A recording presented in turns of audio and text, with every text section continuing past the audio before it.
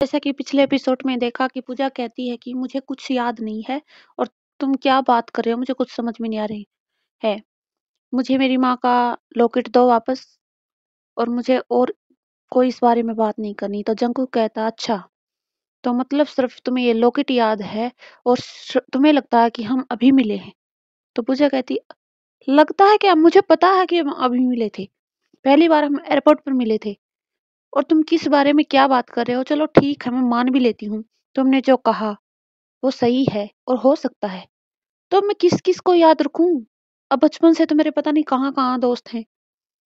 मैं बहुत सारी कंट्री घूमी हूँ, तो जाहिर बात है कहीं ना कहीं से भी रही हूँ, तो वहां भी दोस्त हुए। तो हर कोई क्या मेरा वेट ही कर रहा है? हाँ। और ये क्या बात हुई कि मैं 10 सालों से तुम्हारा वेट कर रहा हूँ? तो क्यों किया तुमने मेरा वेट? क्या मैंने बोला था तुम्हें मेरा वेट करने के लिए? ये क्या बात हुई भला? ये सब कहकर पूजा कहती मेरा लॉकेट दो मुझे। उसे उसका लॉकेट दे देता है और पूजा वहां से चली जाती है। अजीब फीलिंग हो रही थी, वह समझ नहीं पा रहा था कि मतलब ये हुआ क्या। जिस लड़की का वह 10 साल से इंतजार कर रहा था, वह किसी भी देश में गया, लेकिन जब भी वह अमेरिका आता तो जैक के रेस्टोरेंट या उस सड़क पर जरूर आता जहां पर वे शुरू में मिले थे।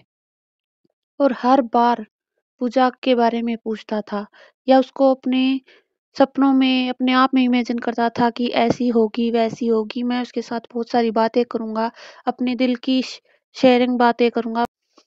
लेकिन वह मिला भी तो इस तरह, और तब उसे इस बात का तो अंदाजा ही नहीं था कि वह उसे इतनी भूल ही चुकी होगी।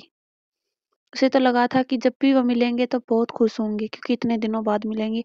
बल्कि जंकू को तो ऐसा लग रहा था कि वह बहुत सारी शिकायतें करेगा पूजा से कि तुम क्यों बिना बताए गई, तुम्हें कम से कम मुझसे बात तो करनी चाहिए, ये वो पता नहीं क्या क्या। लेकिन अब उसकी हर बात उसे अब अपने आप पर गुस्सा आ रहा था कि उसने क्यों उसका इंतजार किया, या फिर क्यों वो उसे हर बार सोचता था। वह सोचता कि इतना बड़ा स्टार हो गया है फिर भी उसने उसका इंतजार क्यों किया। और वह सोचते सोचते वहीं बैठ जाता है और उसकी आंखों में आंसू आ जाते हैं। तो तभी जैक उसके पास आता है और कहता है बेटा, मैंने कहा था ना तुमसे, ये दोस्ती नहीं है, ये प्यार है। हम दोस्ती में किसी का इंतजार नहीं करते। अगर हमारे पुराने दोस्त मिल भी जाए ना, तो भी हम एक बार ही ये बात कहते हैं कि क्या हम कभी मिले हैं। हम दोस्तों को भी वक्त के साथ कभी कभी भूल जाते हैं। एक प्यार ऐसा होता है जिसे हम कभी भूल नहीं पाते। और तुमने, मैं जानता हूँ उस समय शायद तुम्हें उससे प्यार नहीं था, लेकिन जो उसका इंतजार था, वो इंतजार प्यार में कब बदला ये तुम्हें खुद भी नहीं पता। अब जंकू को कुछ समझ नहीं, और वो बहुत जोर जोर से रोने लगता है। और जैक उसे उसके पास बैठकर उसे गले से लगाता है और कहता है कोई बात नहीं, अपने आप को मजबूत बनाओ। और मैं जानता हूँ कहीं ना कहीं उसके दिल में भी तुम्हारे लिए कोई ना कोई फीलिंग तो जरूर होगी। तुम हार मत मानो और गिव अप तो बिल्कुल भी मत करो, ठीक है?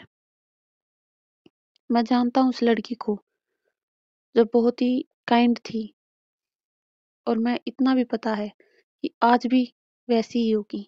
अब जंकुक रोते हुए कहता है नहीं अंकल, ये वो पूजा नहीं है जिसे मैं जानता था या आप जानते थे। ये तो पूरी तरह बदल गई है। इसके लिए तो पैसा, पावर और दोस्ती जैसी चीजें मायने नहीं रखती, तो प्यार क्या मायने रखेगा? तो जैक कहता है नहीं बेटा, अभी से कुछ याद नहीं हो सकता, या कोई मजबूरी होगी इसी वजह से ये सब हो रहा है। हो सकता है कुछ और बात हो, तुम उसे पता लगाने की कोशिश करो।